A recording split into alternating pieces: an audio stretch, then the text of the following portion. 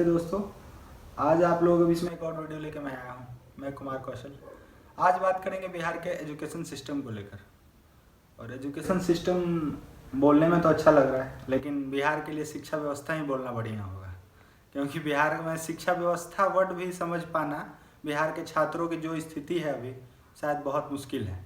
तो उसको हम कैसे करेंगे, क्या करेंगे, ये मैं आपको बताऊँगा। बिहार की शिक्षा व्यवस्था इस निचले स्तर तक पहुंच चुकी है, पहुंच क्या चुकी है, बहुत लंबे समय से उसी स्तर पर बरकरार है, जिसकी बात करना ही बहुत मुश्किल है।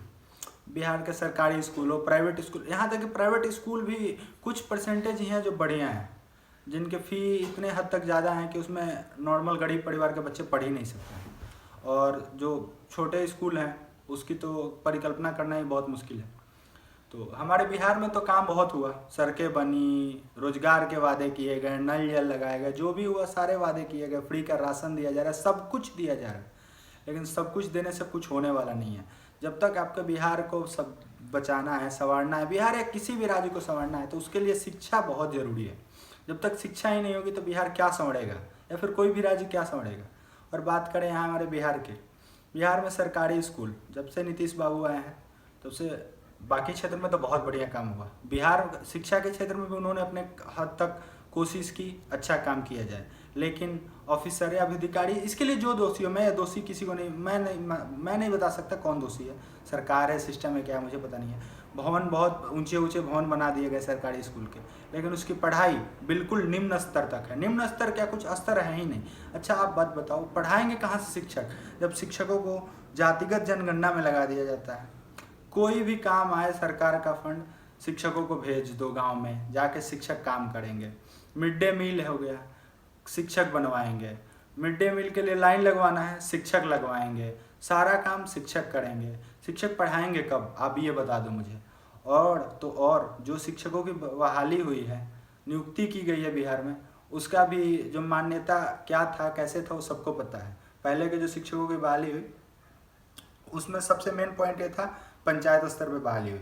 पंचायत स्तर पे उसको बहाली कौन कर रहा था, मुखिया किसकी बहाली कर रहे थे, अपने सबसे पसंदीदा व्यक्ति की बहाली कर रहे थे। क्यों, क्योंकि उसको वोट लेके फिर से मुखिया बनना है। तो वहाँ पे वो अब किसको सिलेक्ट करेगा, ये आप लोग खुद समझ सकते हो, किसको सिलेक्ट करके क्या कर सकता है। तो इस हद तक बहाली हुई। तो पंचायत सरकारी स्कूल का तो स्थिति बोलना ही अब मुश्किल है, क्या बोला जाए उसके बारे में। रही बात प्राइवेट स्कूल की, प्राइवेट स्कूल का बच्चों का फ़ी इस हद तक ज़्यादा है, गरीब परिवार के बच्चे कहाँ से पढ़ाएंगे, उनके पास पैसे ही नहीं है तो कहाँ से पढ़ाएंगे। जो थोड़े मोड़े पैसे हैं उसमें पढ़ाते हैं। प्राइवेट स्कूल वाले टीचर को सैलरी कितने देते हैं, 4 से 5 हज़ार, बहुत से बहुत 6 हज़ार रुपये। आप बताओ, 6 हज़ार में सुबह 10 बजे से लेकर शाम को 4 बजे तक कौन अपना समय गंवाएगा महीने के 30 दिन। कोई अच्छा शिक्षक इतना समय दे पाएगा, कभी भी नहीं दे पाएगा। तो बिहार में उस शिक्षा की आप कहाँ से परिकल्पना कर सकते हो जो बढ़िया हमारे बिहार के लिए शिक्षा व्यवस्था मिलेगी, हमारे बिहार के बच्चे आगे बढ़ेंगे, पढ़ के लिख के आगे बढ़ेंगे, संभावना ही नहीं है। और रही बात, अभी मैं वीडियो देख रहा था कुछ 1-2 दिन पहले की जेपी यूनिवर्सिटी की।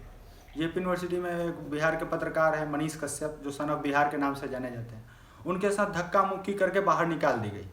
उनका भी थोड़ा सा लहजा जो था मनीष कश्यप जी का भी गलत था, लेकिन उतना गलत नहीं था जितना कि कॉलेज वाले और यूनिवर्सिटी वालों का वो रवैया गंदा है। उनका भी गलत था कि किसी भी मीटिंग में आप बिना प्रवेश के, अनुमति के प्रवेश नहीं कर सकते हैं। लेकिन उसके बाद वो उनका अंदर जाने के बाद जिस तरीके के साथ उनका बर्ताव किया गया, उनके साथ बर्ताव किया गया, बहुत हद तक गलत है।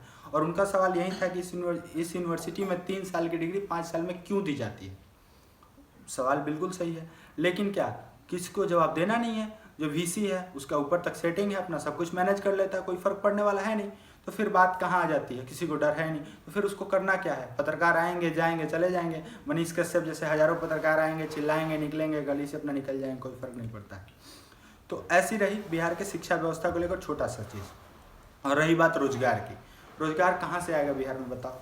बिहार के मजदूर बिहार से बाहर गुजरात, केरल, बिहार के किसी भी स्टेट में जाते हैं, 300, 350, 400 रुपये में काम करते हैं। कोरोना के समय देखा गया उनको किस हद तक, किस तरीके से बिहार में भगाया गया। और फिर कोरोना के बाद उनको उसी मजदूर को बस से वापस बुलाया गया। क्यों बुलाया गया, क्योंकि उस राज्य के मजदूर वहाँ पे 700-800 से कम रुपए प्रतिदिन पे काम करने के लिए तैयार नहीं होते हैं। लेकिन बिहार वाले 300-400 में तैयार हो जाते हैं। जिसके वजह से उनको ऐसा करना पड़ता है।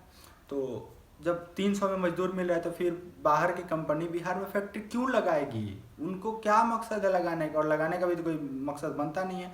लगाएगी तो कल से रंगदारी मांगी जाएगी, ये की जाएगी, वो की जाएगी, सारा चीज़ इसी पे है। तो एक छोटा सा मैं आप लोगों के बीच में वीडियो बनाया था और मैं बताना चाह रहा था जो अभी सच्चाई क्या है उसी के बारे में। तो आप लोग ज़रूर बताएं कैसा लगा वीडियो मेरा। मैं तो इस पे बोलूँ तो शायद पूरे दिन भी कम पड़ जाए, लेकिन बात बहुत कम समय लेकर मैं इस छोटा सा वीडियो बना के आप लोगों के बीच में शिक्षा व्यवस्था या फिर छोटी छोटी मुद्दे दिखाना चाह रहा था। तो बताएं आप लोगों को कैसा लगा शिक्षा व्यवस्था को लेकर। और इसका सेकंड पार्ट मैं बहुत जल्द आप लोगों के बीच में लेके आऊँगा, जो कि पार्ट होगा बिहार के छात्र जो बिहार से बाहर रह कर पढ़ाई करते हैं उनके बारे में।